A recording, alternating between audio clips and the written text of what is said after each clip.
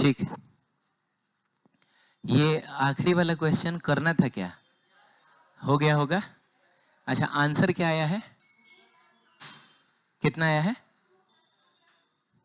अच्छा, 2 + √3 आया है। अच्छा, 1 + √3/1 में ऐसा करके आया। ठीक है, देख लेते हैं हम लोग। सबसे पहले बताइए कि 75 को हम तोड़ेंगे कैसे? साफ साफ पता चल रहा है कि 45 + 30 में तोड़ेंगे, तो ये तो 10a + b हो गया। 10a + b का फॉर्मूला होता है 10a + 10b divided by 1 - 10a × 10b, ऐसा होता है। ठीक है, बताइए 1045 कितना होता है? 1 होता है। और 1030 कितना होता है? 1/√3 होता है, डिवाइडेड बाई 1 - 1045 तो 1 होगा, लेकिन 1030 डिग्री 1/√3 होगा ना? बोलिए।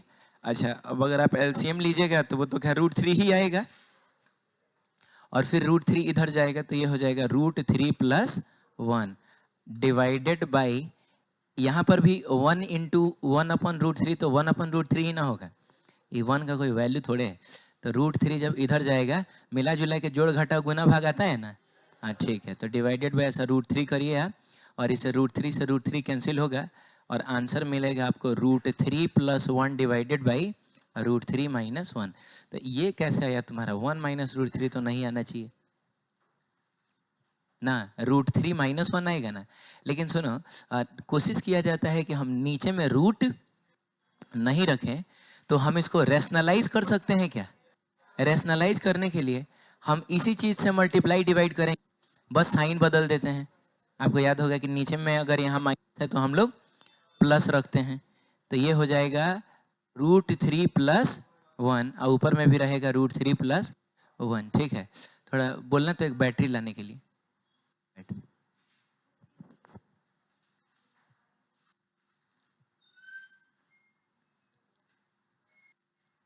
ठीक है, अब बताइए ये ऊपर वाला जो है √3 + 1 × √3 + 1, √3 + 1 का होल स्क्वायर होगा, तो ये हो जाएगा आपका √3 + 1 का होल स्क्वायर। और नीचे में क्या है? a - b × a + b type का चीज है, तो कितना हो जाएगा? a² - b²। a² का मतलब हुआ √3 का स्क्वायर, तो √3 का स्क्वायर हो तो 3 ही ना होगा? अरे बोलो, चाहे चलो मैं लिख ही देता हूँ।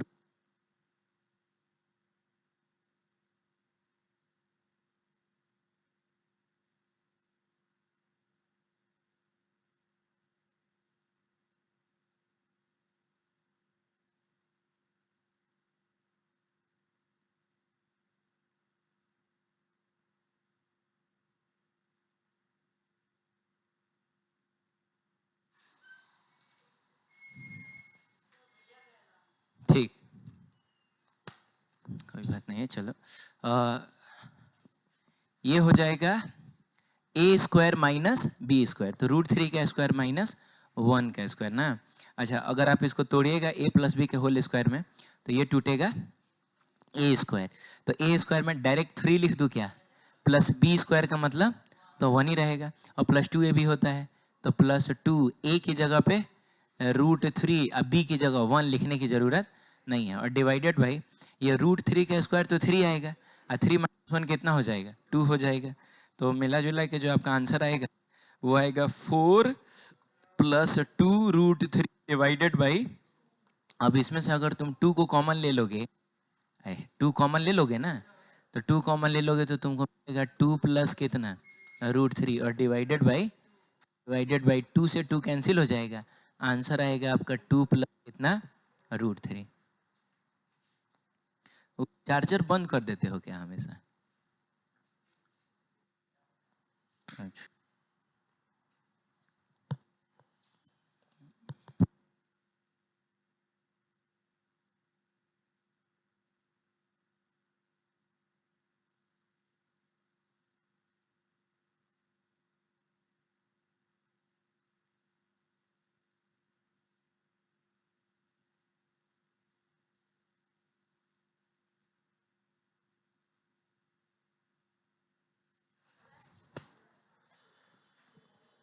ठीक है, सही है। तो आंसर कितना आया है? तुम्हारा आंसर भी ठीक था, बस यहाँ पे पता नहीं 1 माइनस रूट थ्री कैसे हो गया था, लेकिन हम लोग 2 प्लस रूट थ्री तक लेके आ सकते हैं। आगे बढ़े क्या? चलिए अगला रूल जो है वो है sine rule and cosine rule.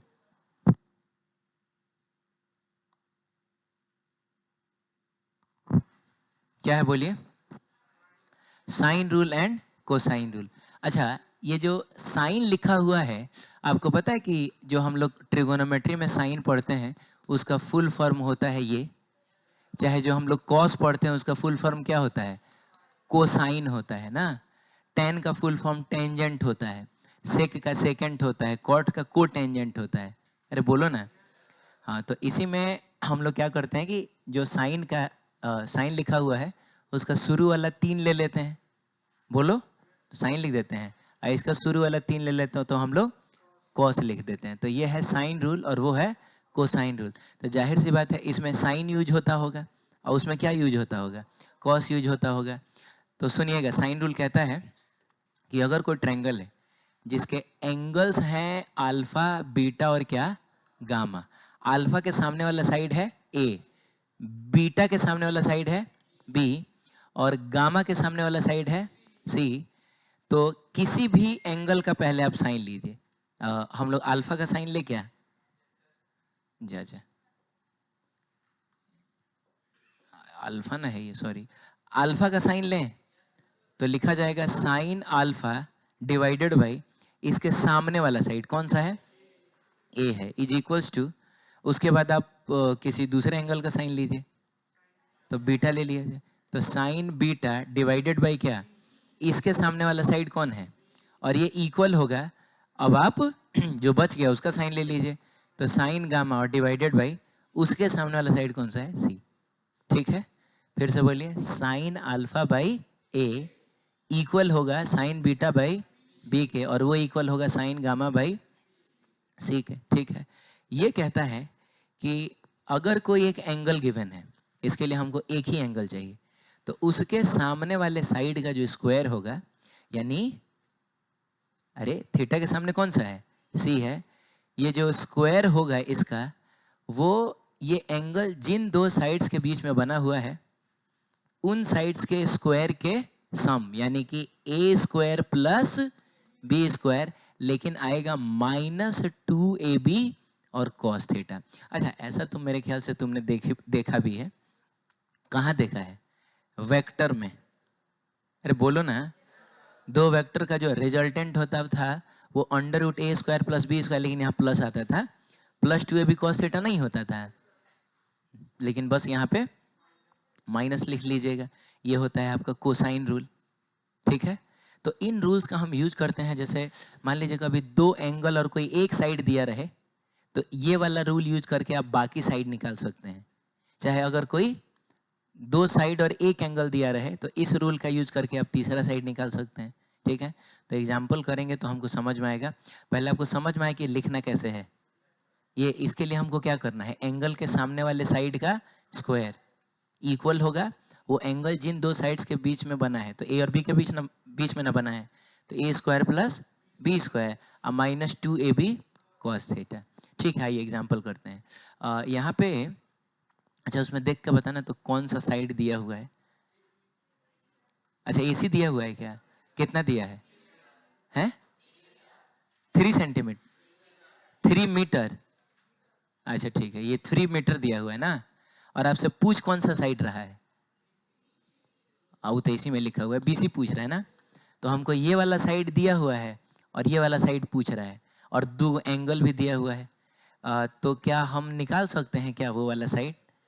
क्या लग रहा है कौन सा रूल लगाया जाए? साइन रूल लगाया जाए कि कोसाइन रूल लगाया जाए? Sine rule. अच्छा, तो साइन रूल लगाओगे तो क्या करोगे? पहले किसी भी एंगल का साइन लोगे, तो एक काम करते हैं हम लोग 60 डिग्री का साइन लें। बोलो ना। तो लिखेंगे साइन 60 डिग्री डिवाइडेड बाई इसके सामने वाला साइड जो कि कितना है? 3 मीटर है, इज इक्वल्स टू, उसके बाद हम लिखेंगे साइन 45 डिग्री डिवाइडेड बाई 45 के सामने वाला साइड कौन सा है? BC है, तो हम यहाँ BC लिख देंगे। बोलिए, साइन 60 डिग्री की वैल्यू पता है कितनी होती है? √3/2 और यहाँ आएगा आपका 3 मीटर। अरे 3 मीटर तो रहेगा ना। साइन 45 डिग्री कितना 1/√2 और ये हो जाएगा आपका BC। ठीक है, अच्छा हमको निकालना तो BC ही ना था, तो एक काम करो BC को तुम भेजो इधर, √3 को भेजो इधर नीचे और इसको भेजो तुम इधर जा। मतलब कोशिश करो कि खाली इधर BC रहे, बाकी सब उधर चला जाए। तो बताओ ये BC तो खैर इधर आ जाएगा, बोलो इज इक्वल्स टू, बाकी ये 3 दूना 6 मीटर इधर जाएगा, तो 6 मीटर तो बाबू इधर आ गया। और बताओ √3 जब नीचे आएगा तो √2 इंटू √3 मिल के √6 होगा कि नहीं। आप जानते हैं कि √a इंटू √b अगर लिखा रहे तो ये √a भी हो जाता है। ठीक है, तो √6 होगा। अच्छा आप जानते हैं कि √6 से हम 6 को काटेंगे तो √6 बचेगा। ये पता है कि ऊपर में अगर मान लो ऐसा x लिखा रहे और नीचे में क्या लिखा है √x लिखा रहे, तो पता है कि हम इससे इसको काट सकते हैं, √x आएगा। कैसे आएगा? क्योंकि हम चाहें तो इस x को √x का होल स्क्वायर लिख सकते हैं कि नहीं, बोलो जल्दी।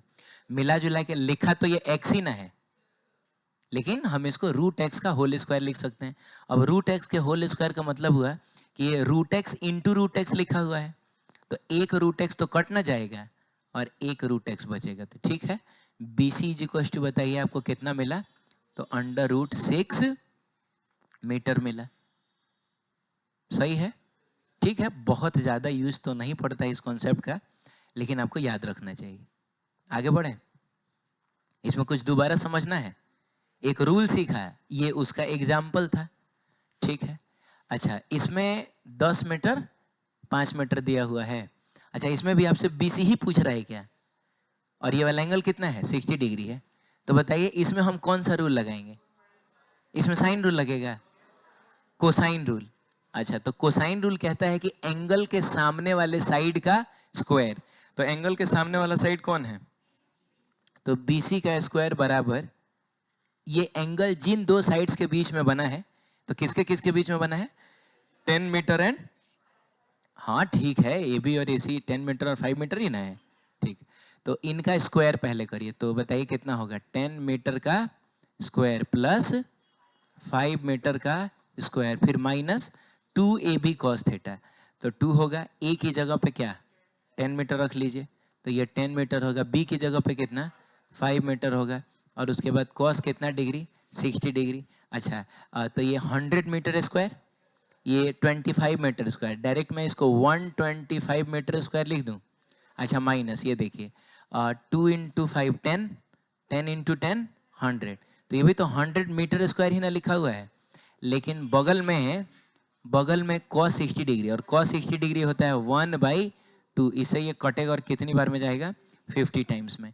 तो 125 माइनस 50 कितना होगा? 75 मीटर का स्क्वायर होगा, बोलो। ठीक है, तो ये हो गया तुम्हारा BC का स्क्वायर। अब स्क्वायर उधर जाएगा, क्या बनेगा? रूट बनेगा। तो आप बताइए BC कितना आएगा?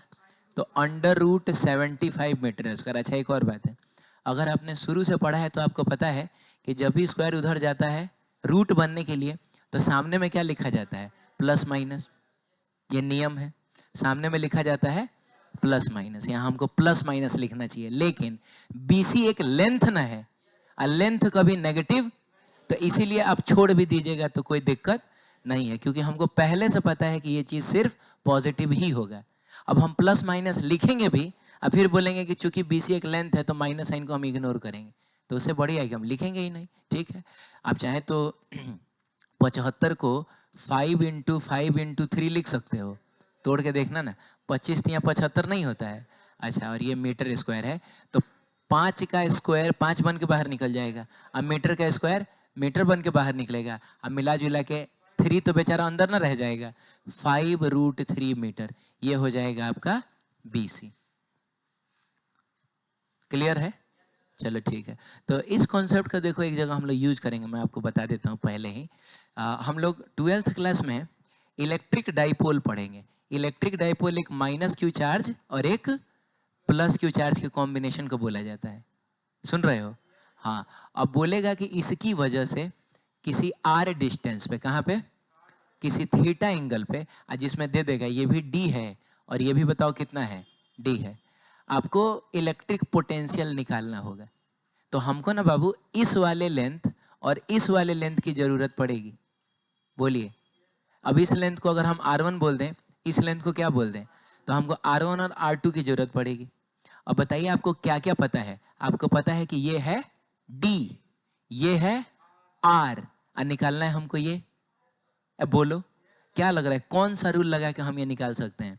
क्या हम कोसाइन रूल लगा के निकाल सकते हैं? थीटा के सामने वाले साइड का स्क्वायर, मतलब R1 का स्क्वायर बराबर होगा किसके? हाँ, this square plus this square, तो D square plus R square minus 2RD into cos theta. Even हमको ये भी निकालना है, ये वाला भी, तो उसके लिए तो हमको ये वाला एंगल चाहिए, और ये वाला एंगल होगा 180 माइनस थीटा। तो बताओ R2 का स्क्वायर कितना होगा? तो D square plus R square, D square plus R square minus 2RD और कॉस 180 माइनस थीटा, इतना सब करना होगा। बोलो ना। तो यहाँ तो दो कॉन्सेप्ट ट्रिगोनोमेट्री का यूज हो गया। पहला कॉन्सेप्ट कि आपको कोसाइन रूल लगाने आना चाहिए, और दूसरा कि आपको cos 180 माइनस थीटा का वैल्यू भी पता होना चाहिए। ठीक है, तो सब मिलेगा आपको फिजिक्स में। फिलहाल बताइए क्या मैं इसको दोबारा समझाऊं? कोई इसमें भी कुछ नहीं था, आपको बस रूल पता होना चाहिए। अरे बोलिए, कैलकुलेशन करने आना चाहिए, हो जाएगा। बढ़े आगे, चलिए ठीक है। अगला कॉन्सेप्ट है कि अगर मान लीजिए कोई लाइन यहाँ है, तो वो एक्स एक्सिस के साथ कितना एंगल बना रहा है? 0 डिग्री। पहले भी हमने देखा है 0 डिग्री। लाइन यहाँ पहुंचा, जल्दी बोलो कितना? 90 डिग्री। यहाँ पहुंचा 180, यहाँ पहुंचा 270। देखा है हम लोगों ने, एक चक्कर कंप्लीट तो कितना? 360 डिग्री। लाइन रुका नहीं, लाइन बेचारा और आगे यहाँ तक आ गया। अब लो, तो क्या वापस से 90 थोड़े होगा? हम 360 में 90 और ऐड करेंगे ना, तो ये हो जाएगा 450। चलो यहाँ पहुंचेगा तो कितना? 540। फिर यहाँ पहुंचा तो 630 आता है, 630 आएगा, और दो चक्कर कंप्लीट तो कितना? 720। अच्छा, हमने ये भी देखा है कि अगर ये लाइन ऐसे ना रोटेट करके अगर ऐसे रोटेट करे तो -90, याद है? एंटी क्लॉकवाइज रोटेशन को हम लोग पॉजिटिव एंगल के साथ मेजर करते हैं, लेकिन क्लॉकवाइज रोटेशन को हम लोग नेगेटिव एंगल के साथ मेजर करते हैं। यही लाइन जब यहाँ पहुंचेगा, यानी हम इधर से ना मेजर कर रहे हैं, तो जब इधर से मेजर करेंगे तो 180 तो होगा, लेकिन माइनस साइन के साथ लिखा जाएगा। यहाँ पहुंचेगा तो 270 तो होगा, लेकिन माइनस साइन के साथ लिखा जाएगा। यहाँ होगा 360 तो होगा, लेकिन माइनस साइन के साथ। अच्छा, और आगे बढ़ेगा तो -450, -540, -630, -720। अरे होगा ना ऐसा है। इसका मतलब हुआ कि एंगल पॉजिटिव में भी इनफाइनाइट तक जाएगा और नेगेटिव में भी इनफाइनाइट तक जाएगा। क्लियर है? लेकिन हमको एक चीज ये देखना है कि यहाँ पर साइन की जो वैल्यू होती है वो होती है 0, एंड कॉस की वैल्यू होती है कितनी? 1। बोलो, साइन की वैल्यू कितनी होती है? 0, और कॉस की वैल्यू, चलिए इसको हम यहाँ देखेंगे। साइन की वैल्यू कितनी होती है यहाँ पर? 0, और कॉस की वैल्यू कितनी होती है? 1।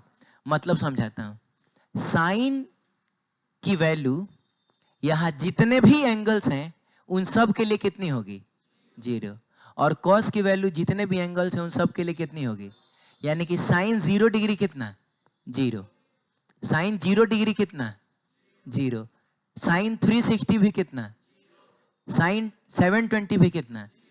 समझ रहे हो? इवन साइन -360 भी कितना? अच्छा, एक और बात है, क्या इन्हीं 4 एंगल्स के लिए साइन की वैल्यू 0 होगी कि और भी ढेर सारा एंगल आएगा अभी? लेकिन जो भी एंगल यहाँ आ गया, मान लीजिए अगर यहाँ हाथी आ गया, तो साइन हाथी भी कितना होगा? 0 होगा। इन सारे एंगल्स के लिए कॉस की वैल्यू होगी 1। इसका मतलब हुआ कॉस 0 कितना होता है? 1। तो कॉस 360 भी कितना होगा? 1, क्योंकि 0 और 360 तो एक ही जगह पे है। कॉस 720 भी कितना होगा?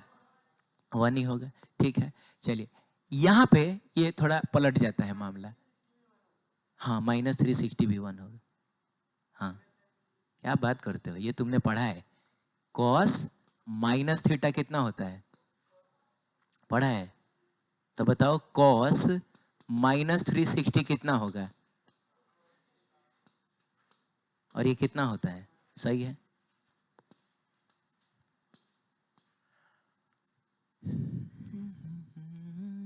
हाँ, मैं कह रहा था यहाँ पे ये पलटता है, यहाँ पे बताओ साइन की वैल्यू कितनी हो जाती है 1 और कॉस की वैल्यू हो जाती है 0, ऐसा होता है। इसका मतलब हुआ साइन 90 डिग्री कितना होगा, बोलो 1 होगा। तो साइन 450 भी कितना होगा 1, और साइन -270 भी कितना होगा 1 ही होगा। कॉस 90 कितना होगा 0, कॉस 450 कितना होगा 0, इवन कॉस -270 कितना होगा 0। चलिए आमने सामने आंसर्स नेगेटिव होते हैं, जो आंसर यहाँ है उसका नेगेटिव यहाँ होगा, बोलो ना। तो बताओ साइन की वैल्यू यहाँ कितनी होती है 0, तो यहाँ पर साइन की वैल्यू हो जाएगी -0 नाम का कोई चीज नहीं होता है, तो 0 ही बोलेंगे। बोलो यहाँ पे साइन की वैल्यू का 0 है ना, तो यहाँ पे साइन की वैल्यू होगी, कहना तो -0 चाहिए, लेकिन -0 नाम का कुछ होता नहीं है, तो यहाँ पे भी साइन की वैल्यू हो जाएगी 0, ठीक है। लेकिन बाबू यहाँ कॉस की वैल्यू कितनी है 1, तो यहाँ पे कॉस की वैल्यू हो जाएगी -1, कॉस यहाँ पर हो जाएगा -1, सही है। मैंने क्या कहा, आमने सामने आंसर्स नेगेटिव होते हैं, फिर से बोलो, आमने सामने आंसर्स नेगेटिव होते हैं। तो जो आंसर यहाँ आ रहा है ना उसका नेगेटिव यहाँ आएगा।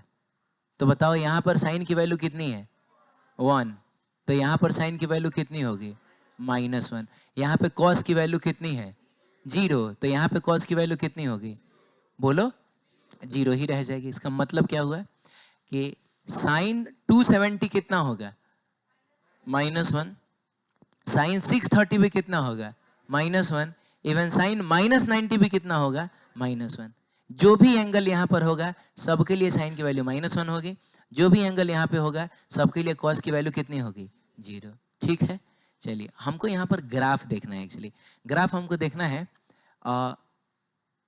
x वर्सेस साइन x, ठीक है। हम लोग x वर्सेस y ग्राफ देखते हैं ना, लेकिन y की वैल्यू कितनी है साइन x है।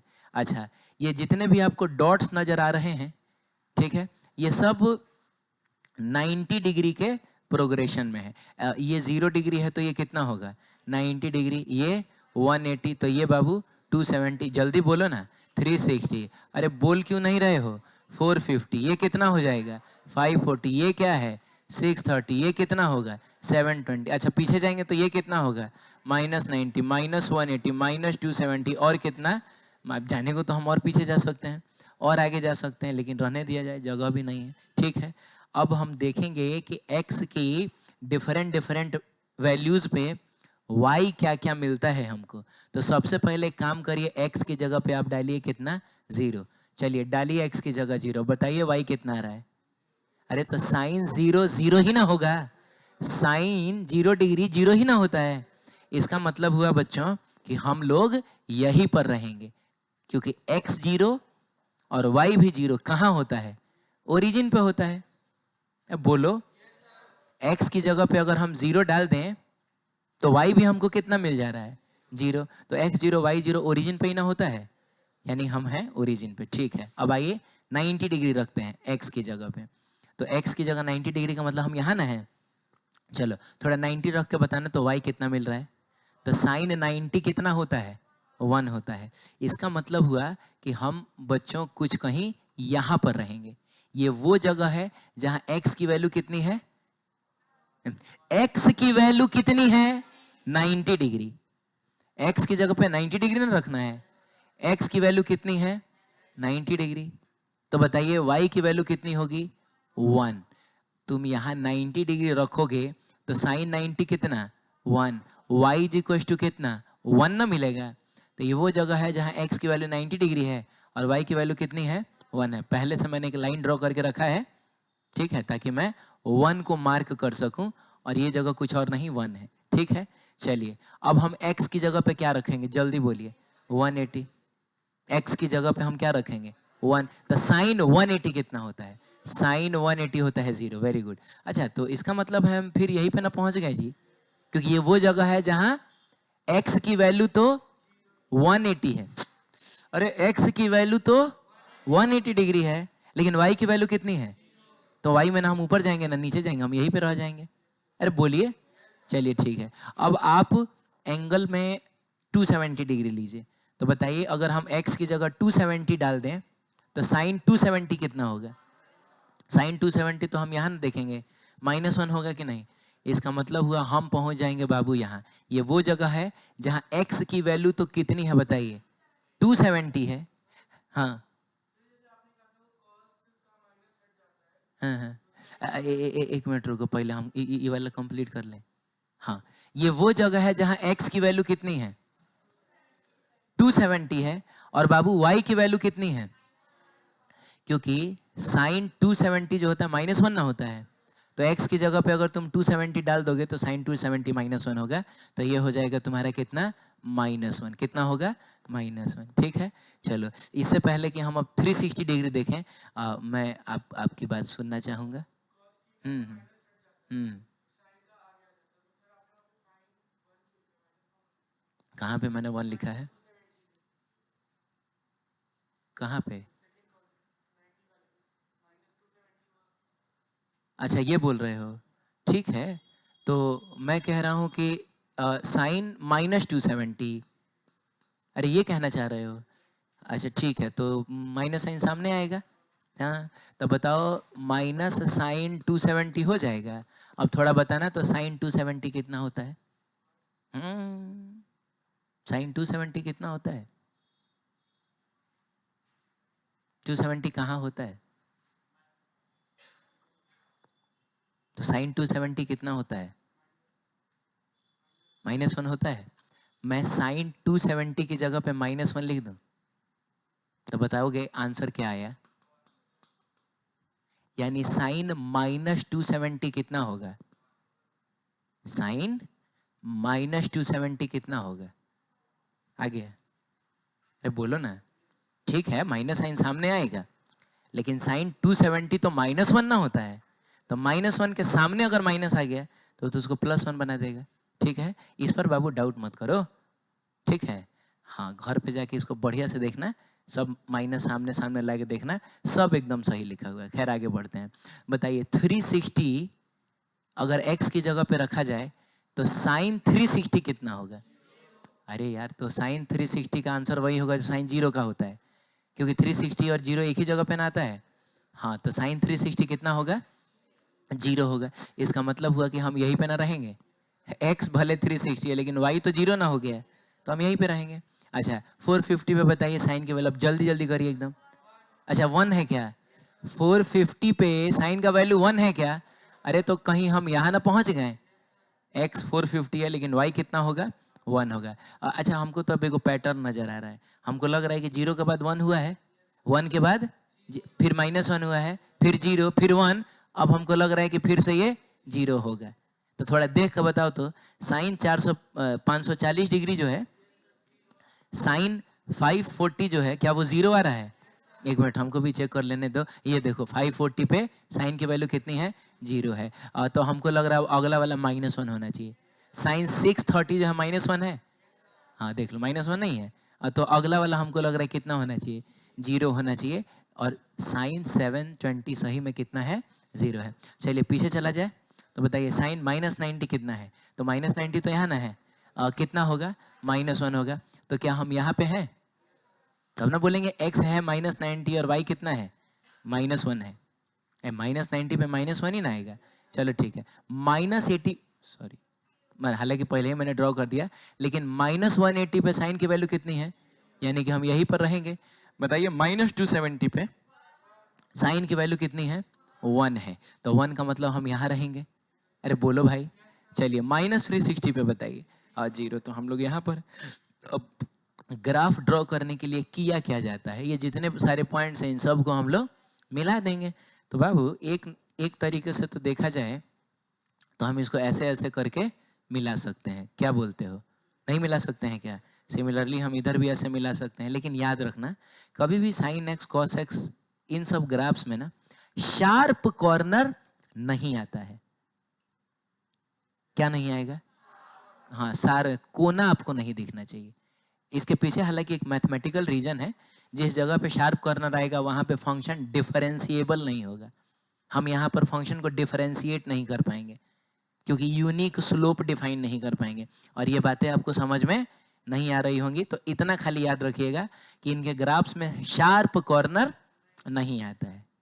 ठीक है, हाँ अब इसका मतलब हुआ कि कहीं ना कहीं ग्राफ ऐसा तो नहीं बनेगा। तो क्या करें, हम उन कॉर्नर्स को स्मूथ बनाएंगे। स्मूथ बनाएंगे तो वो ग्राफ शक्ल से कुछ इस टाइप का दिखेगा। देखो क्या मैंने सारे पॉइंट्स को मिला दिया, और क्या कहीं शार्प कॉर्नर बना है? नहीं बना है। देखो स्मूथली आके घूम गया है ऐसे करके। तो ये होता है साइन एक्स का ग्राफ।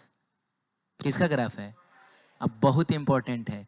अरे टॉपिक तो छोड़िए बाबू, 4 चैप्टर बेस्ड हैं इसके ऊपर।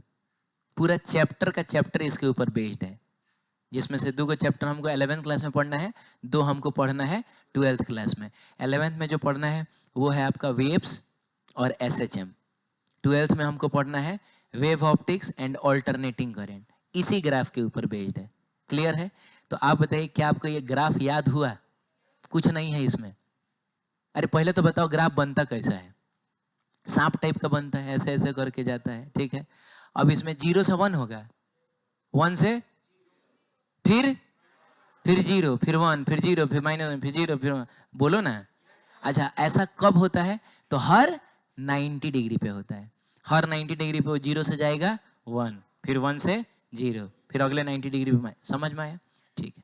बात करेंगे हम लोग x वर्सेस cos x के ग्राफ की। तो सारा काम वैसे ही करेंगे जैसे हमने अभी किया है।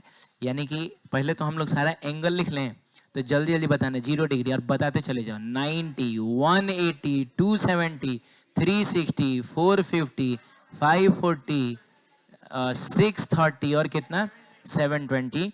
बाबू -90। अरे पार्टिसिपेट करो, बोलो यार। -180, -270 और माइनस कितना 360 हो जाएगा। अब आप बताइए अगर हम x की जगह 0 डाल दें तो cos 0 कितना होता है जी? ओ माय गॉड, इसका मतलब हम तो यहाँ पर ना है कहीं। x 0 है लेकिन y तो 1 हो गया ना, क्योंकि cos 0 कितना होता है? 1 होता है। थोड़ा 90 पर बताइए तो cos की वैल्यू कितनी है? अरे तो हम यहाँ पर ना है। 180 पे बताइए cos की वैल्यू कितनी है? -1, -1। Very good. तो हम यहाँ पर हैं। बताइए 270 पे cos की वैल्यू कितनी है? cos की वैल्यू 270 पे है 0, तो हम यहाँ पर हैं। 360 पे वापस से cos की वैल्यू हो जाएगी कितनी? 1, तो 360 पे 1। 450 पे बताओ जल्दी जी। अच्छा तो यहाँ पर भी नहीं, 450 पे cos की वैल्यू कितनी? 0 ना है। यहाँ पर भी वही पैटर्न आ रहा है क्या? 1 के बाद 0, 0 के बाद फिर -1, -1 से 0, फिर 1, फिर 0। तो हमको लग रहा है अगला वाला क्या आना चाहिए? और -1 आना चाहिए। 540 डिग्री 540 पे तुम देख के बताओ cos की वैल्यू क्या -1 है? 540 वहाँ है, cos की वैल्यू -1 नहीं है क्या? वो देखो दिख रहा है। यानी कि अब तो हमको लग रहा है 0 होना चाहिए। तो हमने चेक कर लेना, 630 पे 0 आएगा, और फिर हमको लग रहा है कहाँ जाना चाहिए? 1 पे जाना चाहिए। अच्छा अगर हम पीछे बढ़ें तो क्या हम इसी पैटर्न को वापस पीछे फॉलो करा लें? तो अगर ये 1 है तो जरूर इससे पहले क्या हो रहा होगा? देखो ना cos -90 0 नहीं है क्या? तो जरूर इससे पहले क्या रहा होगा? -1। तब ना -1 से 0 और फिर 0 से 1 हुआ होगा। थोड़ा बताना। तो -180 पे -1 है, एकदम है, बढ़िया है। चलो बताओ 270 माइनस पे, हाँ cos 0 हो जाएगा, और 360 माइनस पे वापस से 1 हो जाएगा। अब इन सारे पॉइंट्स को भी मिलाया जाए। इन पॉइंट्स को भी आप मिलाइएगा तो ग्राफ जो होगा एकदम सर्कल से आपको वैसा ही दिखेगा। बताइए दिख रहा है कि नहीं? इसमें भी वही वाला ऑल्टरनेट चल रहा है। क्या चल रहा है? तो 1 के बाद 0, 0 के बाद -1, फिर उसके बाद 0, फिर 1, फिर 0, फिर -1, फिर 0, ऐसे करके। तो देखा जाए तो शकल से दोनों ग्राफ एकदम सेम ही है, ठीक। बस अंतर इतना है कि ये शुरू होता है कहाँ से? 0 से। बोलो बाबू।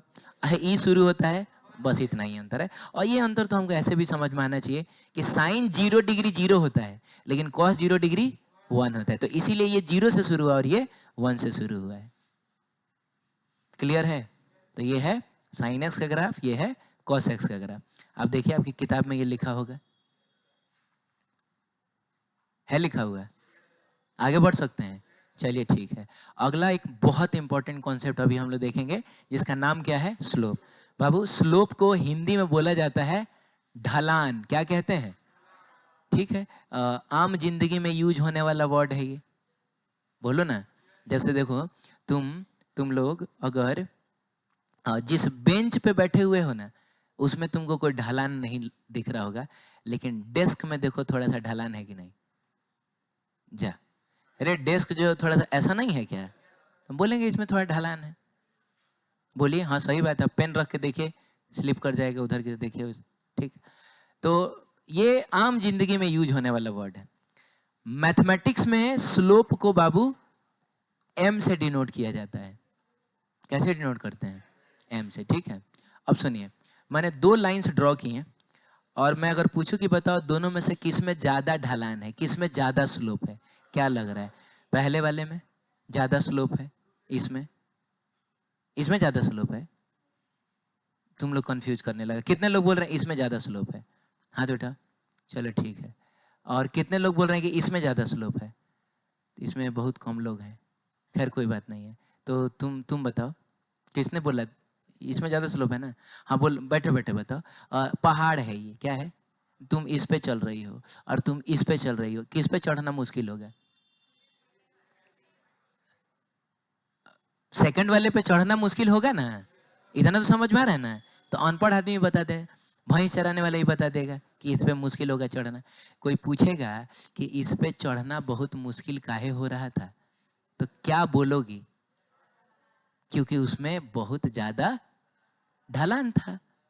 जा, अरे भाई कोई कोई कोई रोड मान लो, अच्छा मान लो अभी ओवर ब्रिज बनने वाला है, बोलो। तो ओवर ब्रिज बनने वाला तो तुमको ढलान मिलेगा चढ़ते समय भी और उतरते समय भी। तो मान लो किसी रोड में इतना है और किसी रोड में इतना है, किसमें ज्यादा ढलान है? इसमें ज्यादा ढलान है पागल, इसमें ना ज्यादा ढलान है। सही बात है। कोई पूछेगा कि इस पे चढ़ना मुश्किल काहे था, तो बोलोगे बहुत ज्यादा ढलान था उसमें, था कि नहीं? क्या बात करते हो, इसमें ज्यादा स्लोप है। भाई तुमको लंबा दिख रहा है तो तुमको स्लोप ज्यादा दिख रहा है, इसमें तो हम आराम से चल लेंगे, है कि नहीं? लेकिन इस पे चढ़ना मुश्किल हो जाएगा हमारे लिए। तो अगर इसके स्लोप को m1 बोला जाए, इसके स्लोप को क्या बोला जाए? m2। क्योंकि स्लोप को हम कैसे डिनोट करते हैं? m से। तो हमको साफ साफ दिख रहा है कि m2 इज ग्रेटर देन क्या? m1। लाइन जितना टेढ़ा होता जाएगा इसमें ढलान उतना बढ़ता जा रहा है ना बाबू? चलिए, मैथ्स में स्लोप को कैसे डिफाइन किया गया है? तो अगर कोई लाइन है और तुमको इसका स्लोप बताना है कि कितना है, तो आपको सबसे पहले ड्रॉ करना होगा एक्स एक्सिस। उसके बाद positive direction of X axis से एंटी क्लॉकवाइज घूमना। एंटी क्लॉकवाइज घूमना, जो एंगल मिलेगा उस एंगल का तुम ले लेना क्या? tan। इसी को बोला जाता है स्लोप। चलिए बोलिए, स्लोप का मतलब क्या होता है? tan theta. स्लोप का मतलब क्या होता है? tan theta. जिसमें एंगल हम कौन सा लेंगे? कोई भी ले लेंगे जो मन करेगा ना। Positive direction of X axis से एंटी क्लॉकवाइज घूमने पे हमको जो एंगल मिलेगा हम उसी का tan लेंगे। क्लियर? अरे बोलो ना, बोलो कौन सा एंगल लेंगे? Positive direction of X axis से एंटी क्लॉकवाइज घूमने पे जो हमको एंगल मिलेगा हम उसी का tan लेंगे। चलिए इसका जल्दी से स्लोप बताइए, जल्दी करिए, समय कम है। स्लोप कितना होगा? स्लोप का मतलब क्या होता है? अरे स्लोप का मतलब होता है tan थीटा। बोलिए हाँ ठीक है। तो हम लोग tan और थीटा की जगह पे कितना लेंगे? तो हम 30 डिग्री लेंगे और tan 30 डिग्री होता है 1/√3। चलिए बताइए इसका स्लोप कितना होगा? तो हम लोग लिखेंगे tan और 30 डिग्री लिख देंगे। 30 डिग्री नहीं लिखेंगे क्या? क्या बात करते हो, 30 डिग्री ही तो हमको दिख रहा है। तो नहीं, जो दिख रहा है जरूरी थोड़े वही लिख देंगे। हम लोग देखेंगे positive direction of X axis से एंटी क्लॉकवाइज घूमने पे कौन सा एंगल मिल रहा है। तो हमको तो 150 डिग्री ना मिल रहा है, तो दिख भले 30 डिग्री रहा था, लेकिन हम लिखेंगे कितना? 150 डिग्री। और क्या आपको tan 150 का वैल्यू पता है कैसे निकलता है? तुमको पता है कैसे निकलता है? tan a + b, वैसे मत करो, इसका क्लास तुम्हारा छूटा हुआ है लग रहा है। तुरंत इसको घटाएंगे हम किस में से? 180 में से। किस में से घटाएंगे? 180 में से घटाएंगे तो कितना मिलेगा? 30। यानी tan 150 का आंसर वही होगा जो tan 30 का होता है। यानी कि कितना बाबू? 1/√3। लेकिन अगर tan है ना तो सामने में माइनस आएगा। सामने में क्या आएगा? यहाँ कॉस भी होता ना तो सामने में माइनस आता, लेकिन साइन रहता तो सामने में माइनस नहीं आता है। ठीक है, मे भी ये क्लास तुम्हारा छूट गया हो, तुमको नहीं समझ में आ रहा होगा, तो अभी फिलहाल के लिए रट लो कि tan 150 डिग्री कितना होता है, -1/√3। बाकी लोग जिन्होंने क्लास किया उनको तो पता है ना कैसे आ रही है, बोलो। ठीक है, तो इसका स्लोप हो गया 1/√3, अब बाबू इसका स्लोप हो गया -1/√3। ठीक है, अब तुम बताओ कि सही में अगर ये पहाड़ होता क्या होता है, तो किधर से चढ़ना ज्यादा मुश्किल होता है? इधर से चढ़ना मुश्किल होता है कि इधर से चढ़ना मुश्किल होता है? किधर से? उधर से ढेर मुश्किल होता है, इधर से आसान होता है। दोनों तरफ से सही बोल रहे हो, सेम टाइप का मुश्किल होता है। अरे मान लो कि ऐसा होता है, ऐसे होता है, ऐसे होता है, किधर से चढ़ना ज्यादा मुश्किल है? इधर से चढ़ना ज्यादा मुश्किल है, उधर से आसान है। लेकिन एकदम पहाड़ ऐसा ही है, बोलो। इधर से भी पता चल रहा है कि 30 डिग्री बना रहा है हॉरिजॉन्टल से, इधर से भी वो 30 डिग्री ही बना रहा है। इसका मतलब वो हमको दोनों साइड से सेम टाइप का मुश्किल होगा। बोलिए, इसका मतलब हुआ कि दोनों लाइन का स्लोप जो होना चाहिए था वो सेम होना चाहिए था, तो है सेम। आप यकीन मानिए, इसका स्लोप कितना है? 1/√3 है, इसका भी स्लोप 1/√3 ही है। लेकिन मैथमेटिक्स में ये वाला लाइन और ये वाला लाइन सेम लाइन नहीं है, तो कुछ अंतर तो दिखाना पड़ेगा ना। तो मैथमेटिक्स ने वो अंतर दिखाया है प्लस और माइनस साइन के साथ। उसने कहा है कि जितना स्लोप का मैग्नीट्यूड यहाँ है उतना ही स्लोप का मैग्नीट्यूड यहाँ भी है, लेकिन इसके स्लोप को हम लोग पॉजिटिव साइन के साथ दिखाएंगे, तो इसके स्लोप को हम लोग नेगेटिव साइन के साथ दिखाएंगे, क्योंकि दोनों लाइन से सेम लाइन नहीं है, कुछ तो अंतर होना चाहिए। ठीक है, चलिए आगे बढ़ते हैं। अब सुनिए, हम 4 केस देखेंगे। द पहला केस जिसमें थीटा लेस देन 90 डिग्री हो। बोलो बाबू, क्वाड्रेंट कौन सा है? क्वाड्रेंट कौन सा है? और फर्स्ट क्वाड्रेंट में जैसे स्लोप इज इक्वल टू तो tan थीटा ना होता है। हाँ, क्वाड्रेंट अगर फर्स्ट, तो फर्स्ट क्वाड्रेंट में tan थीटा कैसा होता है? इसका मतलब स्लोप भी पॉजिटिव हो जाएगा। ये एंगल है ग्रेटर देन 90 डिग्री। देखो ध्यान से, क्वाड्रेंट कौन सा है? Second quadrant. और सेकेंड क्वाड्रेंट में tan थीटा कैसा होता है? नेगेटिव होता है। सेकेंड क्वाड्रेंट में तो साइन थीटा ना पॉजिटिव होता है। इसका मतलब हुआ कि लाइन अगर ऐसे झुका हुआ है, ऐसे, उसका स्लोप कैसा आएगा? पॉजिटिव। लेकिन लाइन अगर ऐसे झुक गया, स्लोप कैसा आएगा? नेगेटिव। चलिए यहाँ बताइए, तो एंगल कितना बन रहा है? और स्लोप का मतलब होता है tan थीटा, तो थीटा की जगह तो हम 90 ही लेंगे। ये कितना होता है? इनफाइनाइट होता है। कहने का मतलब है कि इससे ज्यादा स्लोप पॉसिबल नहीं है। देखो कोई लाइन ऐसा है, चाहिए पेन ऐसा है, तो जैसे जैसे हम घुमा रहे हैं इसका ढलान बढ़ता जा रहा है कि नहीं? और ये कितना हो गया? मैक्सिमम। इससे ज़्यादा अब स्लोप पॉसिबल, क्योंकि इसके आगे घुमाओगे तो फिर से ढलान कम ना होने लगा, तो ये मैक्सिमम स्लोप है, इनफाइनाइट स्लोप है। इससे ज़्यादा स्लोप पॉसिबल नहीं है। बताइए, लाइन एकदम एक्स एक्सिस के पैरेलल है, तो वो एक्स एक्सिस के साथ कितना एंगल बना रहा है? कोई एंगल ही नहीं बन रहा है, मतलब 0 डिग्री। दो पैरेलल लाइंस के बीच में कितना एंगल बनता है? 0 डिग्री बनता है। तो बताओ स्लोप कितना हो जाएगा? तो tan 0 डिग्री, और tan 0 डिग्री की वैल्यू कितनी होगी? 0। यानी इसमें स्लोप कितना है? अरे इसमें स्लोप कितना है? अरे ये तो किसी अनपढ़ आदमी से भी पूछोगे तो बता देगा कि कोई रोड एकदम ऐसा है, तो बताओ इसमें कितना ढलान, तो क्या बोलेगा? वो बोलेगा इसमें कोई ढलान नहीं है। कोई ढलान नहीं है का मतलब हुआ कितना है? 0 है। क्लियर है? ये केसेस हम हमेशा ध्यान में रखेंगे। ठीक है, अब बोलिए, एकदम आपके जहन में होना चाहिए कि लाइन ऐसे झुका हुआ है तो स्लोप कैसा है? पॉजिटिव। और लाइन ऐसे झुका हुआ है तो स्लोप कैसा है? अब बोलो जल्दी, स्लोप नेगेटिव है। क्लियर है? याद रखोगे? हाँ, ये ठीक मैं कहता हूँ कि वैसे ही याद रखना जैसे किसी को देख के ही पता चल जाता है कि लड़का है कि लड़की है। देख के पता चल, वैसे ही लाइन को देख के पता चलना चाहिए कि उसका स्लोप पॉजिटिव है कि नेगेटिव। ऐसा ना कि हमको चेक करना पड़े, नहीं चेक करेंगे। ठीक है, तो मैं कुछ लाइंस ड्रॉ करूँ, तुम बताओ कि स्लोप पॉजिटिव है कि नेगेटिव है। तुम बताओ इसका स्लोप कैसा है? कैसा है? पॉजिटिव है। बताओ इसका स्लोप कैसा होगा? इसका स्लोप बताओ कैसा है? सब लोग बोल रहे हैं ना। इसका स्लोप कैसा है? नहीं नहीं नहीं यार, मैंने कहा पॉजिटिव होना चाहिए ना, एकदम मैंने ऐसा थोड़े ड्रॉ किया है। इसका लगभग हमको 0 दिख रहा है, हालांकि ये भी तो थोड़ा सा इधर दिख रहा है, ठीक है। तो अगर एकदम मतलब ठीक है हॉरिजॉन्टल है तो 0 बोल सकते हो अगर ऐसा लग रहा होगा तो, लेकिन हमको ऐसा लग रहा है कि थोड़ा सा तो इधर घुमा हुआ है, तो इसका स्लोप कैसा होगा? बोलो। पॉजिटिव होगा। इसका स्लोप कैसा होगा? इसका स्लोप कैसा है? ये समझ में आ रहा है तुमको? हाँ ठीक है, वेरी गुड। तो ये है पॉजिटिव स्लोप, ये होता है नेगेटिव स्लोप। क्लियर है? हमेशा याद रखिएगा। चलिए आगे बढ़ते हैं। अब सुनिएगा, इन दोनों क्वेश्चंस को करने का एक आसान ट्रिक मैं आपको बताता हूँ। आपको कभी भी स्लोप पूछेगा, क्या पूछेगा? बोलो। तो तुम हमेशा छोटे वाले एंगल का ही tan ले लेना। बताओ यहाँ छोटा वाला एंगल कौन है? हाँ, तो तुम लिखना स्लोप बराबर, अरे बोलो ना, tan 30 डिग्री। बहुत बढ़िया। और यहाँ छोटा वाला एंगल कौन सा है? यहाँ भी 38 डिग्री ना है, वो सब छोड़ देना, positive direction of X axis और negative direction of X axis. तुम देख लेना छोटा वाला एंगल कौन है। कौन है छोटा वाला एंगल? 30 डिग्री। बोलिए।